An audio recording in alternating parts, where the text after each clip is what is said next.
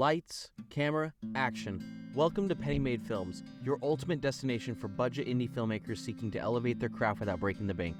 Shaping light, diffusers, bounce boards, barn doors, reflectors, and so much more. First up, diffusion. No, not that type of diffusion.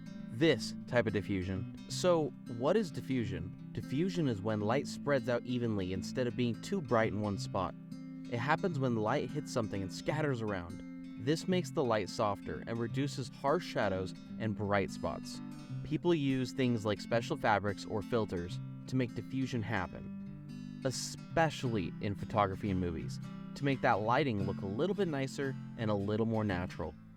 Here, I'm going to demonstrate light diffusion techniques with my friend Doug, showing you how we can soften harsh light to achieve a more natural, flattering look for our scenes.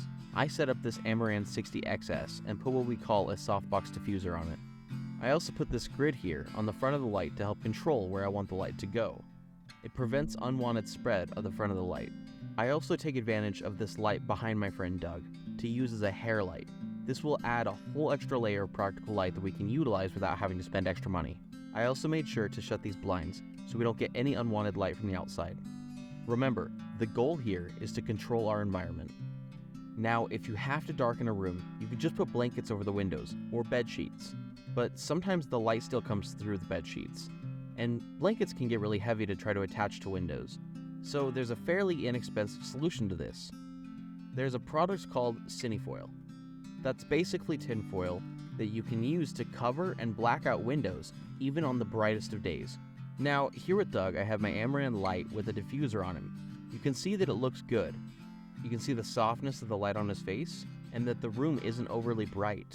The shadows are tapered off and has a very pleasant look to them. You can also see that hair light coming through with a nice tungsten glow on his hat and his beard from behind him. Now, this creates a very natural look. Now, here's the same scene with no diffuser on him. You can see how much harsher those shadows are. You can see how sharp that definition in his face looks. It almost feels more like a stage light. When you shine this light directly on him with no diffuser, it makes it harder for him to open his eyes. Also, the background behind him is way blown out, and that wall is getting almost as much light as him. Now here's a side-by-side comparison, and you can really see what difference that diffuser makes. I should also mention that my Amaran light came with its own paper diffuser. I really wanted to try it out, so I attached it over the LED chip. And honestly, whilst it adds some diffusion, I still feel like it's way too harsh, but still a better alternative to having nothing. Now, when it comes to diffusion, you have some options. I'm using a regular Bowens mounted softbox.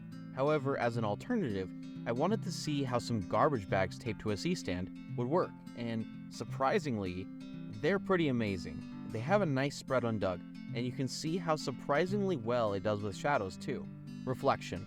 Along with diffusion, you also have reflection. Now, a ton of filmmakers use what's called a reflector. A reflector works by bouncing light onto a subject or a scene to help fill in the shadows and create a more even lighting effect. Now, Amazon has some pretty cheap 5-in-1 reflectors that are great for indie budget filmmakers and helping people shape light.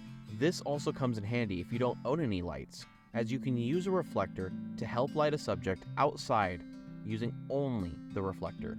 This 5-in-1 also includes a diffuser to help with shaping light even more.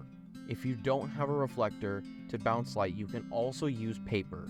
Now, paper is a really good bounce board for light because it's inexpensive, lightweight, and has a matte surface, which helps evenly diffuse and reflect light without creating harsh glares or hot spots. Overall, your goal is to be able to take control of your lighting situation and use what you have available. Budget filmmaking can feel limiting and overwhelming when it comes to being a one-person crew.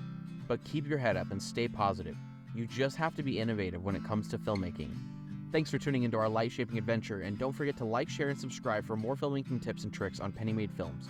Keep shaping that light and telling your cinematic stories with a flair. We'll see you in the next video. And cut.